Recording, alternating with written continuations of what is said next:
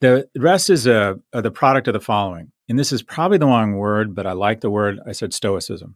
Recognize there's something's out of your control. My company went Chapter 11 in 2008 after Wells Fargo analysts pulled our credit line because they did some equation showing that the market presciently was going into a credit crisis. I can't control that. I can't control that I got, in some ways, a lot of my wealth since 2008 isn't my fault. The market's ripped up.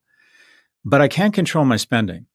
I can recognize that no one's thinking about my shit as much as I'm thinking about my shit. And I don't probably need a BMW at a young age.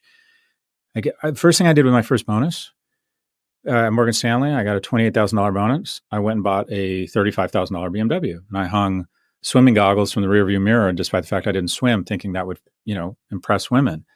And I thought about it. I thought, okay, of course, you're not smart enough to do this. But if I had just bought a Hyundai for $12,000 and invested the other 20 in the markets, I think that money would be worth like 3.1 million now.